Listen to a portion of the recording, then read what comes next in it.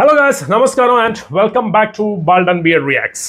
നമ്മുടെ സ്വന്തം വേടനെ കുറിച്ച് പറയുമ്പോൾ തന്നെ വിവാദങ്ങൾ ഓട്ടോമാറ്റിക്കായിട്ട് ഉണ്ടാവുകയാണ്. അതായത് വേടൻ എന്ന പേര് കേൾക്കുമ്പോൾ തന്നെ വിവാദങ്ങൾ ഉണ്ടാക്കാൻ വേണ്ടിയിട്ട് ഉടുത്തൊരുങ്ങി നിൽക്കുന്ന കുറേ ആൾക്കാരുണ്ട്. അപ്പോൾ അവരിങ്ങനെ കുറച്ചുകൊണ്ടേയിരിക്കും വേടനെതിരെ. അപ്പോൾ ഇന്നലെ നമ്മളെ 55ാമത് കേരള സ്റ്റേറ്റ് അവാർഡ് പ്രഖ്യാപിച്ചിട്ടുണ്ടായിരുന്നു. അപ്പോൾ അതിൽ ഏറ്റവും മികച്ച ഗാനരചയിതാവിനുള്ള അവാർഡ്, സ്റ്റേറ്റ് അവാർഡ് നമ്മുടെ സ്വന്തം വേടന് മഞ്ഞുമ്മൽ ബോയ്സിലെ വിയർപ്പ് തുന്നിയിട്ട കുപ്പായം എന്ന ഗാനത്തിന് ലഭിക്കുകയുണ്ടായി. ഈ അവാർഡ് കിട്ടി എന്ന് അറിഞ്ഞ മുതൽ, ആ ഒരു പ്രഖ്യാപനം വന്നത് മുതൽ സൈബർ അറ്റാക്ക് തുടങ്ങി വേടനെതിരെ അഴിച്ചു വിടുകയാണ്. ഒരു പ്രത്യേകതര ആൾക്കാരാണ് അതിൽ ചെയ്യുന്നത്. അവർ എന്തുകൊണ്ടാണ് ചെയ്യുന്നത് എന്നുള്ളത് കേരളത്തിലെ പ്രബുദ്ധരായ, അല്ലെങ്കിൽ ചോറ് അന്നഭക്ഷണം അരി കഴിക്കുന്ന എല്ലാവർക്കും അത് മനസ്സിലാവും എന്തുകൊണ്ടാണ്, ഏത് രീതിയിലാണ് ചെയ്യുന്നത്. അതൊക്കെ അവിടെ നിൽക്കട്ടെ, അതിന്റെ പൊളിറ്റിക്സിലേക്ക് ഒന്നും ഞാൻ കടക്കുന്നില്ല. ഇങ്ങനത്തിലുള്ള പോസ്റ്ററുകളാണ് സോഷ്യൽ മീഡിയയിൽ വന്നുകൊണ്ടിരിക്കുന്നത്. അതിൽ എഴുതി പിടിപ്പിച്ചിരിക്കുന്നത് ഇങ്ങനെയാണ്: കുതന്ത്രതന്ത്ര മന്ത്രമൊന്നും അറിയില്ലടാ, കുടിച്ച കള്ള് കള്ളമൊന്നും പറയില്ലടാ. ഈ രണ്ടാമത്തെ വരി പ്രത്യേകം എടുത്തു കാണിച്ചുകൊണ്ട് കുടിച്ച കള്ള് കള്ളമൊന്നും പറയില്ലടാ. ഇങ്ങനെയൊക്കെ ആർക്കാണ് എഴുതാൻ പറ്റുക? വയലാർ എഴുതുമോ ഇതുപോലെ? ഈ വരികൾക്കാണ് വേടന് അവാർഡ് കൊടുത്തത് എന്നൊക്കെയാണ് ഈ പ്രബുദ്ധരായ മറ്റ് വിഭാഗങ്ങൾ പറഞ്ഞ് പരത്തുന്നത്. ബാക്കിയുള്ള ആ പാട്ടുള്ള ബാക്കി വരികളൊന്നും അവർ കാണുന്നില്ല. ആ വരികളൊക്കെ അപ്പാടെ മറന്നുകൊണ്ട് ഈ രണ്ട് വരികൾ മാത്രം, കള്ളു കുടിച്ചാൽ എല്ലാം മറക്കും, അല്ലെങ്കിൽ പറയുന്നതൊക്കെ സത്യമാണ് എന്ന് പറയുന്ന ആ രീതി മാത്രം എടുത്ത് ഇങ്ങനെ വെച്ചുകൊണ്ട് വേടനെതിരെ ആക്രമിച്ചു കൊണ്ടിരിക്കുകയാണ്. അപ്പോൾ ഈ വീഡിയോയിലൂടെ ഞാൻ ചെയ്യാൻ പോകുന്നത് ഒരു പ്രതിഷേധമായിട്ടാണ്, അല്ലെങ്കിൽ ഒരു പ്രതികരണമായിട്ടാണ്. അപ്പോൾ വേടൻ ഇഷ്ടപ്പെടുന്ന ആൾക്കാരൊക്കെ നിങ്ങൾ കൂടെ നിൽക്കുക, ലൈക്ക് ചെയ്തിട്ട് വീഡിയോ കണ്ട് കൂടെ നിൽക്കുക. അപ്പോൾ നമ്മളിങ്ങനെ പ്രതിഷേധം ഏത് രീതിയിലാണെന്ന് ഞാനിങ്ങനെ ആലോചിച്ചപ്പോൾ, ഇവരെതിരെ ഇങ്ങനെ വെറുതെ നമ്മളൊരു വീഡിയോ ചെയ്തിട്ടോ നമ്മളെ നാവിലെ വെള്ളം വറ്റിച്ചിട്ടോ ഒരു കാര്യമില്ല. അപ്പോൾ എങ്ങനെ പ്രതികരിക്കാം?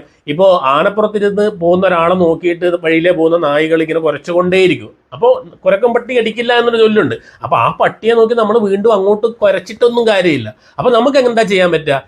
ഇവർ ഈ പറഞ്ഞ കുതന്ത്രതന്ത്രം എന്ന പാട്ട് നമ്മളൊന്ന് റിയാക്ട് ചെയ്യാൻ പോവാണ്, അല്ലെങ്കിൽ ആ പാട്ട് ഇരുന്ന് കണ്ട് ആസ്വദിക്കാൻ പോവാണ്. Especially for Vedan and Vedan fans, വേടനെ സ്നേഹിക്കുന്ന ആൾക്കാർക്ക് വേണ്ടിയിട്ട്. അങ്ങനെയാണ് നമുക്ക് ഈ പ്രതികരണം അല്ലെങ്കിൽ പ്രതിഷേധം നമുക്ക് ചെയ്യാൻ പറ്റൂ. സോ നമുക്ക് നേരെ പാട്ടിലേക്ക് പോവാം, പാട്ട് കണ്ട് വന്ന് സംസാരിക്കാം. ഗൈസ്, അപ്പോൾ കൂടെ നിൽക്കുക. കുതന്ത്രം, മഞ്ഞുമ്മൽ ബോയ്സിലെ ആ ഒരു സൂപ്പർ സോങ് കുതന്ത്രം. കുതന്ത്രം ഈ പാട്ടിന് വേണ്ടിയിട്ടാണ്, ഈ പാട്ട് എഴുതിയതിനാണ്, ഈ ലിറിക്സിനെതിരെയാണ് ഇപ്പോൾ ആൾക്കാർ കല്ലേറ് തുടങ്ങിയിട്ടുള്ളത്. എല്ലാ ആൾക്കാരും അല്ല, ചില പ്രത്യേകതരം ചെന്നായ്ക്കൾ എന്ന് വേണമെങ്കിൽ നമുക്ക് പറയാം. വേടൻ എവിടെയുണ്ടോ, വേടൻ അംഗീകാരങ്ങൾ കിട്ടുന്ന സമയത്ത്, വേടന് അർഹതപ്പെട്ട അംഗീകാരങ്ങൾ, ആളുകളുടെ അഭിനന്ദനങ്ങൾ, ഉയരങ്ങളിലേക്ക് എത്തുന്ന സമയത്ത് ഇവന്മാർക്കുണ്ടാവുന്ന ഒരു ചൊറിച്ചൽ, ഇവന്മാർക്കുണ്ടാവുന്ന ഒരു കടി എന്ന് പറയുന്നത് അത് വേറെ തന്നെ ഒരു കടിയാണ്. അത് എന്തുകൊണ്ടാണ്, എങ്ങനെയാണ് ഉണ്ടാവുന്നത് നിങ്ങൾ ചിന്തിച്ചു നോക്കുക. അപ്പോൾ മനസ്സിലാവും. കോമൺ സെൻസ് ഇല്ല, അല്ലെങ്കിൽ നേരത്തെ പറഞ്ഞ അരിഭക്ഷണം കഴിക്കുന്ന മലയാളികൾക്ക് അത് മനസ്സിലാവും എന്താണ് എന്നുള്ളത്. ഇവർ പറയുന്നത് വയലാർ പോലുള്ള ആൾക്കാർക്ക് കൊടുത്തൊരു അവാർഡ് ഇത്തരത്തിലുള്ള ഈ എഴുതിയതിന് വേടൻ എന്തിന് ലഭിച്ചു എന്നാണ്. നമ്മുടെ കുമാരനാശാനായാലും വയലാരായാലും വള്ളത്തോളായാലും പിന്നെ ആരായാലും അത്തരത്തിലുള്ള ലെജൻസ് ആരായാലും അവരൊന്നും നമ്മൾ തള്ളിപ്പറയുന്നില്ല. അവരൊക്കെ ലെജൻസ് ആണ് നമ്മുടെ മലയാള സിനിമയുടെ. അവരൊരു കാലഘട്ടത്തിൽ, ആ ഒരു കാലഘട്ടത്തിൽ 60s 70s 90s ഇപ്പം 2000 അതിൽ എല്ലാം വന്ന ലിറിക്സ്, ഈ എഴുത്തുകാരി എന്ന് പറയുന്നത് അവരുടെ കാലഘട്ടത്തിനനുസരിച്ച് സിനിമയ്ക്ക് വേണ്ടി, സിനിമയുടെ അഭിരുചിക്കനുസരിച്ച്, അല്ലെങ്കിൽ സിനിമയുടെ ആ ഒരു സോൾ ഉണ്ടല്ലോ, ആത്മാവുണ്ടല്ലോ, അല്ലെങ്കിൽ രംഗങ്ങൾക്കനുസരിച്ച് എഴുതിയ വരികൾക്ക് തന്നെയാണ്. അപ്പോൾ എല്ലാവർക്കും അവരുടെ സ്റ്റൈലുണ്ട്, അവരുടെ രീതികളുണ്ട്, ഭാവനകളുണ്ട്. അതേപോലെ തന്നെയാണ് വേടൻ ഈ പാട്ട് വിയർപ്പ് തുന്നിയിട്ട കുപ്പ എന്ന് എഴുതി വെച്ചത് നമ്മൾ ആ സിനിമ കാണണം. ആ സിനിമയുമായി നമ്മൾ ബന്ധപ്പെടുത്തി നോക്കുന്ന സമയത്ത് ആ സിനിമക്കുള്ളൊരു ആത്മാവുണ്ട്. ആ സിനിമയിൽ പറയുന്ന ഫ്രണ്ട്ഷിപ്പ്, ആ സിനിമയിൽ പറയുന്ന ബന്ധങ്ങളുടെ ശക്തി, അല്ലെങ്കിൽ കൂട്ടുകാർ, അല്ലെങ്കിൽ അവരുടെ ആ ഒരു ജീവിത സാഹചര്യം എല്ലാം കൂടിയിട്ടാണ് അത് കണക്ട് ചെയ്ത് വെക്കുന്ന സമയത്ത് ഇതേപോലുള്ള ഇത്തരത്തിലുള്ള റൈറ്റിംഗ് എന്ന് പറയുന്നത് അജ്ജാതി റൈറ്റിംഗ് ആണ് കൊടുത്തിട്ടുള്ളത്. അജ്ജാതി വരികളാണ് കൊടുത്തിട്ടുള്ളത്. ആ പാട്ട് ജസ്റ്റ് കേട്ടാൽ മതി. ആ മഞ്ഞുമ്മൽ ബോയ്സിന്റെ ആ മൊത്തത്തിലുള്ള സിനിമയുടെ വികാരം മൊത്തത്തിൽ ഈ പാട്ടിലുണ്ട്, ആ ലിറിക്സിലുണ്ട്, വരികളിലുണ്ട്. അതുകൊണ്ടാണ് ഈ അവാർഡ് എന്ന് പറയുന്നത് 2 വരി മാത്രം നോക്കിയിട്ട് കൊടുക്കുന്നൊരു കാര്യമല്ല.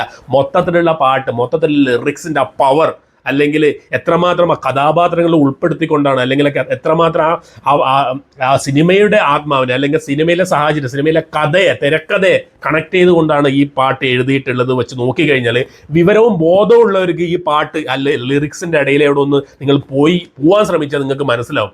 മലയാളം അറിയാത്തത് കൊണ്ടാണോ അല്ലെങ്കിൽ ഇത് വെറും എന്താണ് ഇതൊക്കെ വായിച്ചിട്ടും മനസ്സിലാവാത്തത് കൊണ്ടാണോ, ബുദ്ധിയില്ലായ്മ കൊണ്ടാണോ എന്ന് പറയുന്നത് അറിയില്ല. ഇത് 2 വരികൾ മാത്രം ഇങ്ങനെ എടുത്തു വെച്ചിട്ട് പറയാണ് ഇങ്ങനെയാണ് എഴുതുക. ഇതിന്റെ ഫസ്റ്റ് ലൈൻസ് തന്നെ എടുത്തു നോക്കും ഓരോന്നായിട്ട്, എല്ലാത്തിലേക്ക് ഞാൻ പോകുന്നില്ല. വിയർപ്പ് തുന്നിയിട്ട കുപ്പായം, അതിൽ നിറങ്ങൾ മങ്ങുകില്ല കട്ടായം. ഏത് മലയാളിക്കാണ് മനസ്സിലാവാത്തത് ഇതിന്റെ അർത്ഥം? ചെറിയ ഭൂമിയല്ലേ വിധിച്ചത് നമുക്ക്, ഉച്ചക്കിറുക്കിൽ നിന്ന് ഉയരത്തിൽ പറക്ക്. അല്ലേ? ഇതൊക്കെ വായിച്ചിട്ട് മനസ്സിലാവാത്തത് ആരടി? ഈ ലിറിക്സിനെ നിങ്ങൾക്ക് എങ്ങനെ കുറ്റം പറയാൻ തോന്നുന്നു? വീണ്ടും വരികളിലേക്ക് പോവുകയാണെങ്കിൽ, പെരിയാറിൻ നരുമകളല്ലേ നാം, തൊടും മണ്ണെല്ലാം മലിനമല്ലേ, അടയാളങ്ങൾ ഉടഞ്ഞവരല്ലേ, ശ്വസിച്ചതെല്ലാം പുക പടലമല്ലേ. ലൈൻസ് നോക്കൂ. ഒരിക്കലും തീരാത്ത ഇരവുണ്ടല്ലോ, കൂടെ പിറക്കാതെ പിറന്നവർ തുണയുണ്ടല്ലോ. ഇത് ബന്ധങ്ങളെ കുറിച്ച്, ഞാൻ നേരെ പോലെ ഫ്രണ്ട്ഷിപ്പിനെ കുറിച്ചിട്ട്, അവരുടെ ജീവിത സാഹചര്യത്തിനെ കുറിച്ചിട്ട്, ഈ നമ്മുടെ സമൂഹത്തെ കുറിച്ചിട്ട് എല്ലാം ഇതിൽ പ്രതിപാദിക്കേണ്ടതാണ്. വെയിലത്ത് മടുപോലെ ഉഴച്ചിട്ട്, അന്തി മയങ്ങുമ്പോൾ ആടിക്കള്ള് കുടിച്ചിട്ട്, പിച്ച വെച്ചതെല്ലാം പെരിയാറിൻ മടിത്തട്ട്, കപ്പലൊച്ചയല്ലോ താരാട്ടു പാട്ട്. ഓഫ് എൻ്റെ അമ്മ, ഈ വരികൾ വായിച്ച് മനസ്സിലാക്കിയ ബുദ്ധിപൂർവ്വം ഒരു കുറച്ചൊരു കോമൺ സെൻസ് ഉപയോഗിച്ചിട്ട് ആ വരികളിലിടയിലൂടെ ഒന്ന് ഇറങ്ങി ചെല്ലുക. അപ്പം മനസ്സിലാവും ദ പവർ ഓഫ് വേടൻ, അല്ലെങ്കിൽ വേടൻ്റെ ആ വരികളുടെ പവർ എന്താണെന്നുള്ളത് നിങ്ങൾക്കത് മനസ്സിലാവും. സമയം കിട്ടുമ്പോൾ ഒന്ന് ഇരുന്ന് വായിച്ച് നോക്കുക. അല്ലെങ്കിൽ ഏതെങ്കിലും മലയാളം പഠിപ്പിക്കുന്ന മാഷോ ടീച്ചറോ ഒന്ന് അടുത്ത് വിളിച്ചിരുത്തിയിട്ട് അല്ലെങ്കിൽ അവർക്ക് അയച്ചു കൊടുത്താൽ മതി. അവർ കറക്റ്റായിട്ട് അവർ പറഞ്ഞുതരും എന്താ അതിൻ്റെ അർത്ഥം എന്നുള്ളത്. മക്കളെ, ഇത്രേ പറയാനുള്ളൂ. ഇതിൽ കൂടുതൽ പ്രതികരണമോ ഇതിൽ കൂടുതൽ പ്രതിഷേധവും നമുക്ക് നടത്താൻ പറ്റില്ല. പക്ഷേ പ്രതിഷേധം ചെയ്യേണ്ടടുത്ത് അല്ലെങ്കിൽ പ്രതികരണം അറിയിക്കേണ്ടടുത്ത് നമ്മൾ അറിയിക്കണം.